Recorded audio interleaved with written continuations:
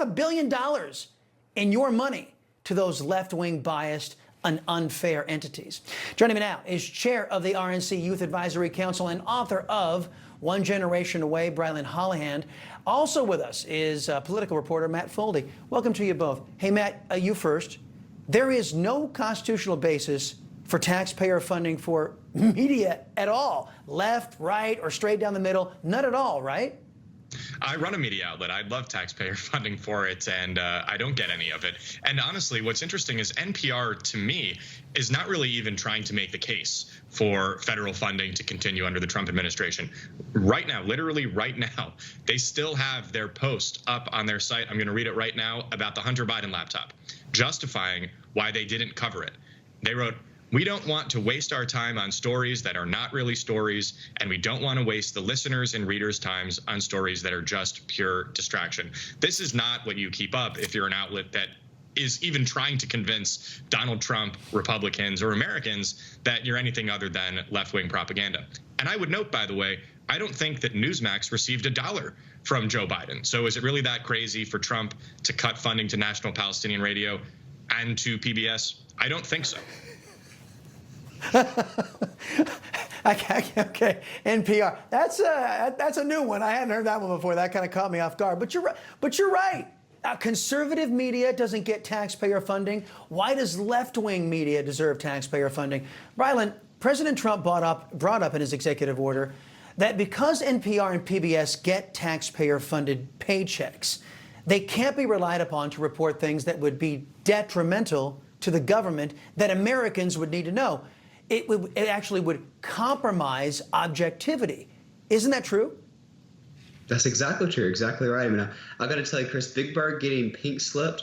It was not on my 2025 bingo card, but if NPR and these sites like PBS want to push propaganda, they're welcome to elsewhere. They're just not going to be able to do it with taxpayer funding. And if I want a liberal lecture, we can go to an Ivy League school. I don't want to have to turn on PBS to see that. But the president got a lot of pushback for saying in his first administration that the enemy of the people was the press. But I think he's exactly right, and he's onto something there, because these are supposed to be fair and balanced journalists, and they've turned into more like activists in journalist clothing, not doing their due diligence to the American people. It's a disservice.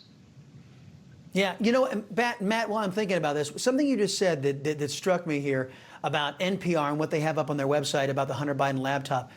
The only way somebody could continue to run a story like that and keep it up there is if they get automatic funding from the taxpayers. Because if they had to go out there and sell themselves as honest journalists and credible journalists, there's no way in hell you can make that claim if you still have the Hunter Biden laptop out there as it's just in-your-face disinformation. The only way they can get money is through taxpayers, because nobody would buy that garbage.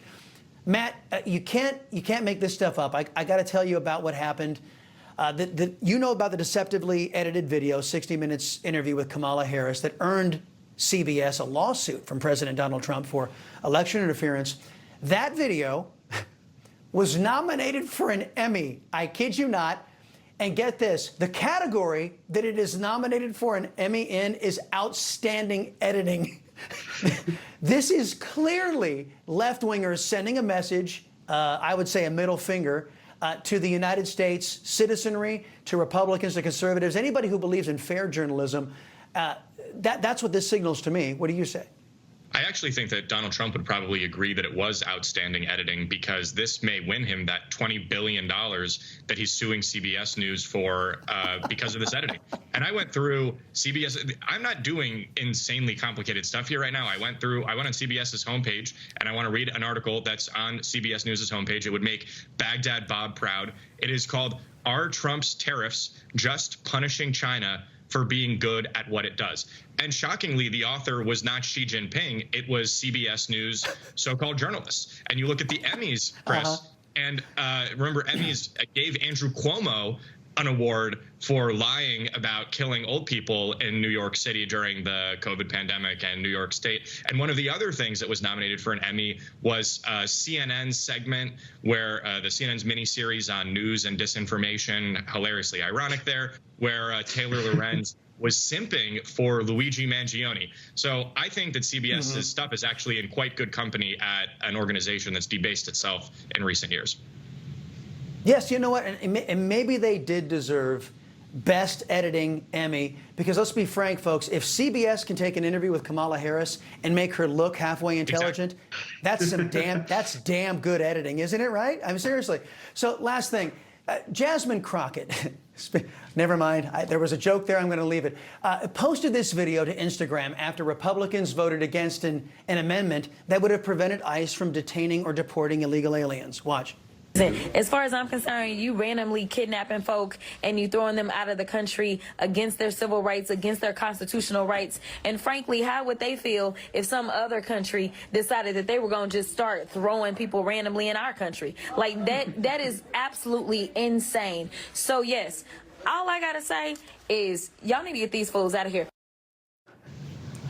Brilyn, it's exactly what other countries have been doing. They have been sending all of their people into our country. Is Jasmine Crockett this uninformed, or is she just praying and hoping that her voters are?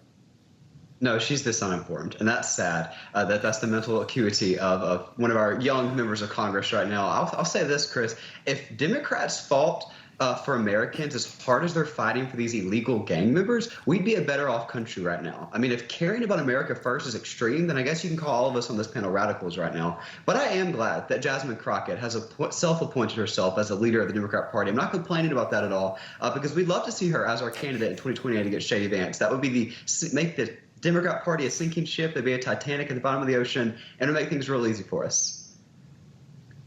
AOC, Jasmine Crockett, 2028, guys. I mean, I'm pulling for it. Let's do it. Matt Print the Foley posters. and Brilyn Hollyhand. Gentlemen, thank you very much. Have a great weekend. Appreciate it. Folks, coming up.